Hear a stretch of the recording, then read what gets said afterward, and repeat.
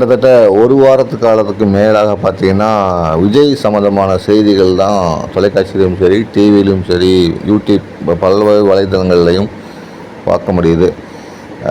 அந்த கரூர் சம்பவத்துக்கு பிறகு பல்வேறு நிகழ்வுகள் நடந்துகிட்ருக்கு. கோர்ட்டும் பல்வேறு விஷயங்களை சொல்லிட்டு வராங்க சொல்லலாம். அந்த வகையில் கோர்ட் சொல்லிய பல விஷயங்கள் கவனத்துக்கு கொள்ளப்பட்டுள்ளது. கோர்ட் என்ன சொல்லியிருக்காங்கன்னா, இந்த வழக்கில் நிகழ்ச்சி பொறுப்பாளர்களை எப்படி விளக்க முடியும், அவங்களுக்கு சம்மந்தம் இல்லை என்று எப்படி சொல்ல முடியும் அப்படின்னு சொல்லி புஷி ஆனந்த் மற்றும் நிர்வாகிகள், தாவேகா நிர்வாகிகள் மீதான முன்ஜாமீன் மனுவை தள்ளுபடி பண்ணியிருக்காங்க. அதனால் அவங்க எந்த நேரத்திலும் புஷி ஆனந்த் மற்றும் சில நிர்வாகிகள் கைது செய்யப்படலாம் அப்படின்னு சொல்லப்படுது. அதே மாதிரி விஜய் பிரச்சார வாகனத்தையும் பறிமுதல் செய்வது சம்பந்தமான நடவடிக்கைகளையும் போலீஸார் இறங்கியிருக்காங்க.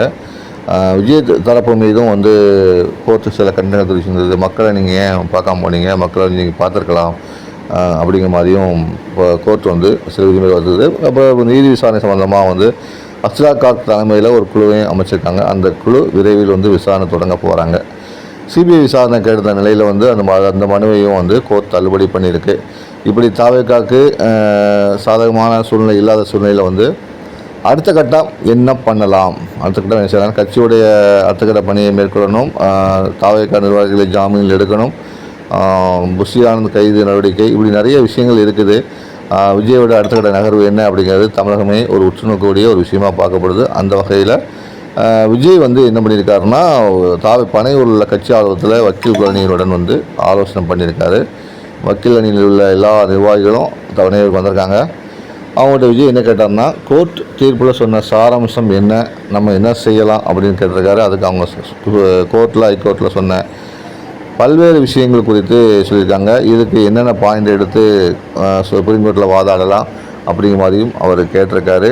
சிபிஐ விசாரணை வேணும் அப்படிங்கிறத சுப்ரீம் கோர்ட்டில் வலியுறுத்தணும் அப்படின்னு சொல்லியிருக்காங்க.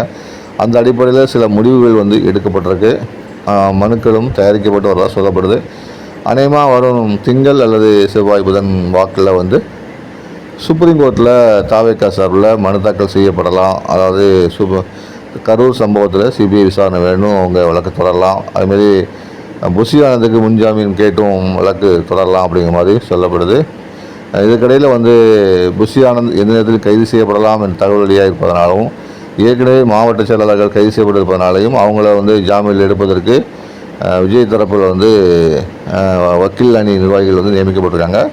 மாவட்ட அளவில் அங்கங்கே சில நிர்வாகிகள் மீது சில வழக்குகள் இருக்குது. அதையும் பார்ப்பதற்கு வக்கீல் குழு அமைக்கிறதுக்கு விஜய் உத்தரவிட்டிருக்கான்னு சொல்லலாம். தற்போதைய சூழ்நிலையில் சுப்ரீம் கோர்ட்டை நாடி அதன் மூலம் நிவாரணம் பெறுவதற்கு, மக்கள் சந்திப்பை திரும்பவும் நடத்துவதற்கு விஜய் திட்டமிட்டிருப்பதாக தான் தகவலியாக இருக்குது. இருப்பினும் இந்த வழக்கின் தன்மையை பொறுத்து சில விஷயங்களை ஆறப்பட்டு கோர்ட்டில் விளக்கங்கள் கொடுத்த பிறகுதான் ஒரு முழுமையான அரசியல் பயணத்தை தொடங்குவதற்கு விஜய் திட்டமிட்டிருக்காரு. அதே போல் பார்த்திங்கன்னா தமிழக அரசு சார்பிலே குழு அமைச்சிருக்காங்க. இந்த குழுவோட அறிக்கையும் வந்த பிறகு சில மாற்றங்கள் இருக்கும் என்று சொல்லப்படுது.